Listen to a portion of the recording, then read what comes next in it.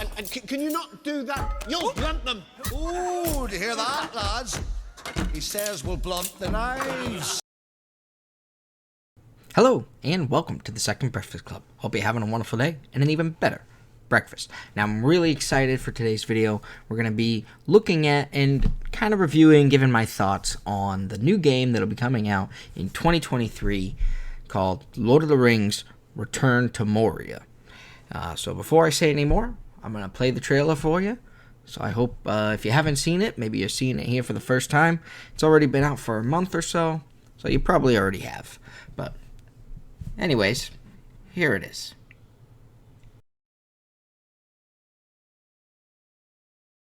The Forge's fire has long gone cold. Under the mountain of Durin's folk, a shadow took our treasured halls. Now it calls us back. Khazad-dûm!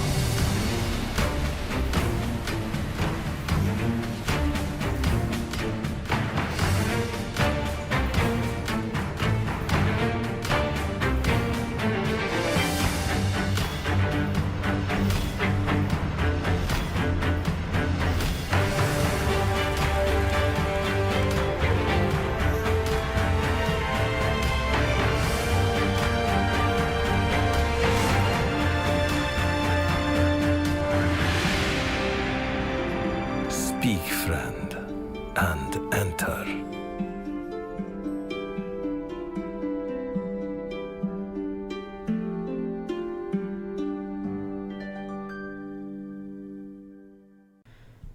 So there you have it. That was the trailer. The first trailer we have for the game. And I gotta tell you, it makes me really excited to get this. Because for me personally, the dwarves in Middle-earth, they're some of the coolest characters that I wish we could get more of, explore more into. And with this game, it feels like we're finally going to get that chance to literally dive deep into the mines of Moria. And they call it a mine. A mine! And learn more about this wonderful world within a world, essentially. For starters, this is officially only for sale and will only be available on the Epic Games store. So you're going to have Epic Games and make an account with them in order to get download, and play this game.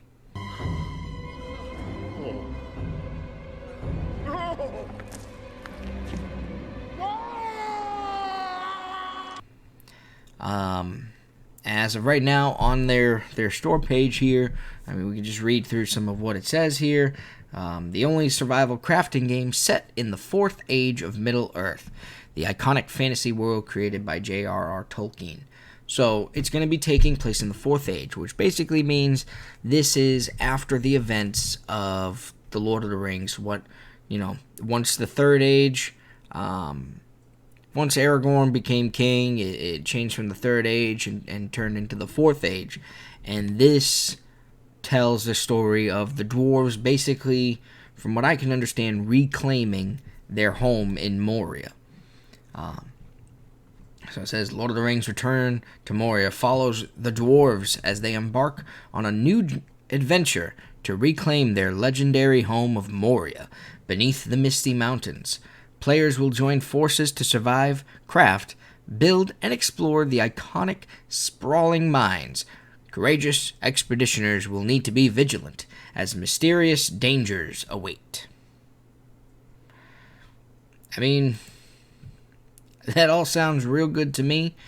So I imagine, there's probably going to be, I would think that there's going to be a mechanic where you're in the game and you can dig, and obviously in the trailer we could see dwarves picking away and mining, essentially, whether it's for stone or mithril or maybe other different types of ores and minerals, for crafting, creating gear and building structures. I imagine that, given what we've seen in like the movies, where sound kind of plays a factor, I imagine maybe there's going to be a mechanic where the more noise you make, it has the likelihood of drawing the attention of some goblins and orcs, which would be a cool feature. Let's continue looking down here at more of what they have here on the page. Reclaim the dwarven homeland of Moria. Summoned to the Misty Mountains by Lord Gimli Lockbearer, players take control of a company of dwarves tasked to reclaim the lost spoils from the dwarven homeland of Moria, known as Khazad-dûm. In the depths below their very feet, their quest will require fortitude, delving deep into the mines of Moria to recover its treasures. Set in a procedurally generated dwarven realm of Moria, no two adventures will be alike, and every expedition is traversable either solo or online with companions. Players can mine to craft greater gear and resources, but beware. Mining makes noise, and noise created in the quiet deep threatens to awaken dangers below. Where there's clatter, there's combat. Excavate. The mysteries of the 3 legendary mountains. Extract precious metals, scrap to survive,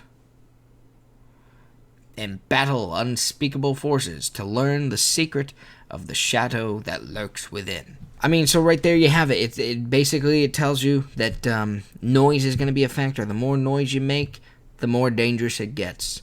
Fool of a took.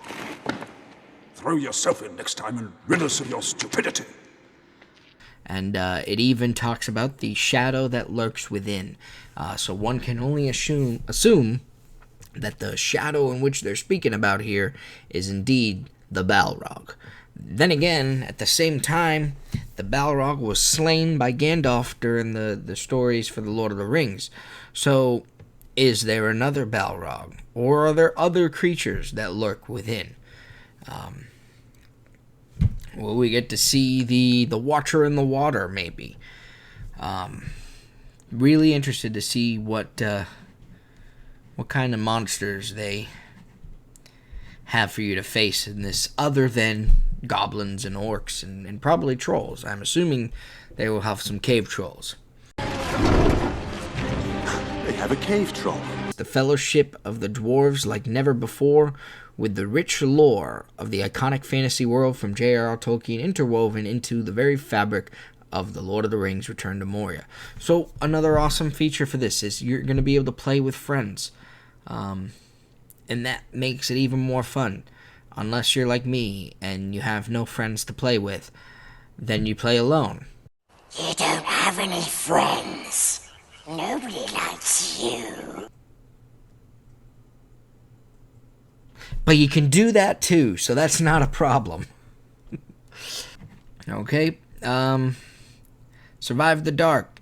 To survive the treacherous mines of Moria, players must conserve resources, hunt and gather for food, and manage their sleep, temperature, and noise levels. Utilize dynamic light systems for safety, and to blaze a path further into the darkness, battling unspeakable evils and survive hordes of monstrous orcs in visceral combat, while uncovering the secret of the shadow that looms within the mountain.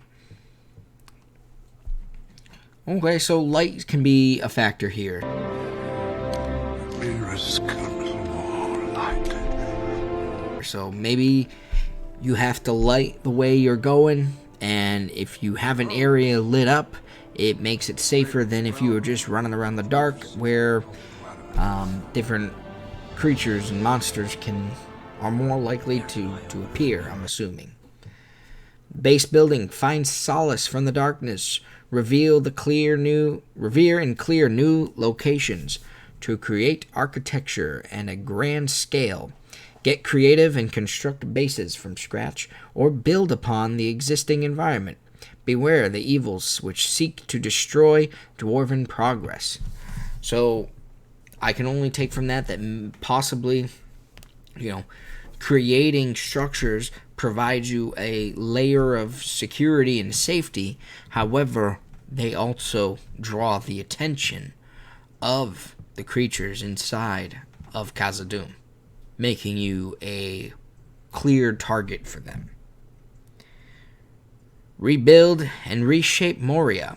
Restore the long-lost ancient kingdom of Khazad-dûm to its former glory, recovering dwarven landmarks as the story progresses. Resurrect old mines and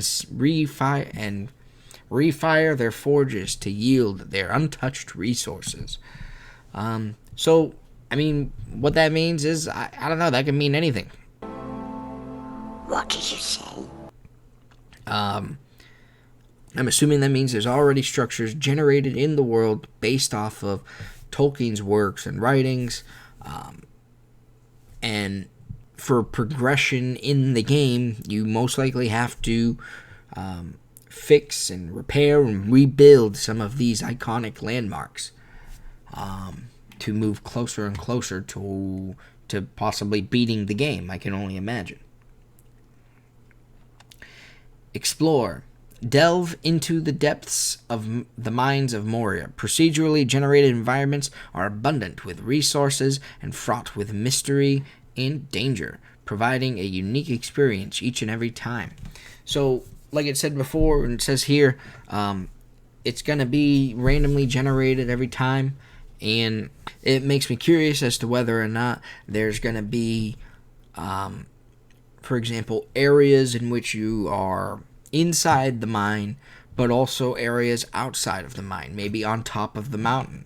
Maybe you can go up to Durin's Tower and repair it, and set up a base up there for all we know. That'd be pretty cool.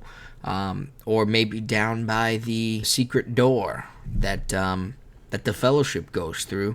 Maybe you can locate that and fix that where the cave-in occurred, and maybe have an encounter with the Watcher in the Water, but also other creatures that might be lurking around that area. But there might be resources around there that you can't get from inside the mountain, but you need. Co-op multiplayer. Adventure alone or band together with friends in online cooperative multiplayer with up to 8 players. So that gives you how many people you can have. You can have 8 people banding together. A true fellowship. Working together to explore and craft and mine and build. And that sounds like a lot of fun. Because we all know playing by yourself, these types of survival games are doable, and yes, I've enjoyed countless hours of doing it by myself. But there is a point where you just wish you had some friends to join you on the quest. Because building a house would go a lot faster with two people, 4 sets of hands than just your own. And so on and so forth. Craft dwarven tools, weapons, and more. Craft and loot legendary dwarven armor, tools, weapons, and structures. Rebuild ancient forges to strengthen, repair, and enchant gear. Upgrade and unlock new technologies and fantastical machines. So I can only imagine from that means basically we'll be able to craft weapons and gear and armor and stuff, but the enchanting gear, I can only imagine that means like as you progress in the game, maybe you learn through research or finding areas within the mines that will teach you different runes, and applying runes to your various gear and equipment could have some sort of bonus effects that give you power buffs and various other advantages. Uncover magical artifacts. Discover ancient magic items, including swords that glow when orcs are near. Maps of long, dormant mithril veins.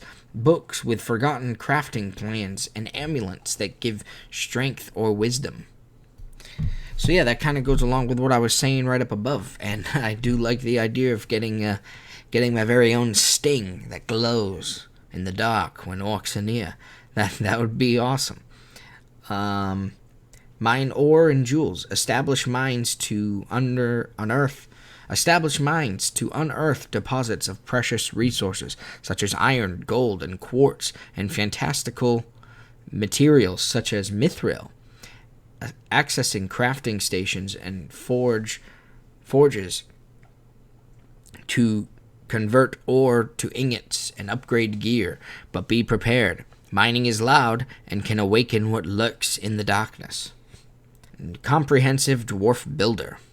Players become part of dwarven legend as they create their own dwarf. In the custom character creator, dwarves can be customized in a variety of ways to create a unique dwarven identity. Then during gameplay, players can find and craft armor and weapons to further enhance their unique style. So that has me excited. Like, I want to be able to create my own dwarf, my own badass dwarf. I'm hoping that, within the features for the character creation, they can let you choose from a vast number of different hair and beard styles and clothes and maybe even tattoos or I don't know. Hopefully you can truly create a dwarf unique to how you want him to look. And it's not just some generic run-of-the-mill EA Madden fucking face swapper. So yeah, I'm super excited about this game. It's one of the games I'm more looking forward to as far as Lord of the Rings oriented games coming out. Gollum is another one, which I'll probably make another video on the trailer that recently came out for that. Because I gotta say, is rather interesting.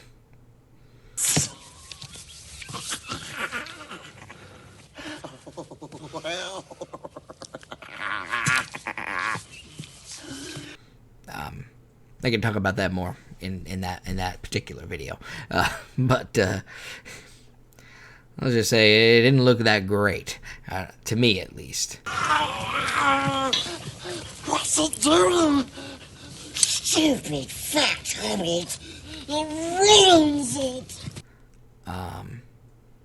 So yeah, but between that and this game coming out, there's EA's own fucking mobile game that they're gonna be pushing out as shit probably, just for microtransactions.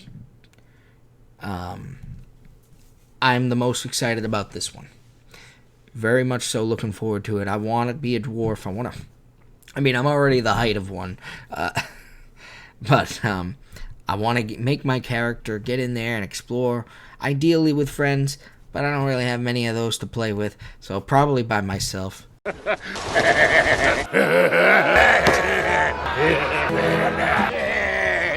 I would love to make more content on that when the game finally comes out.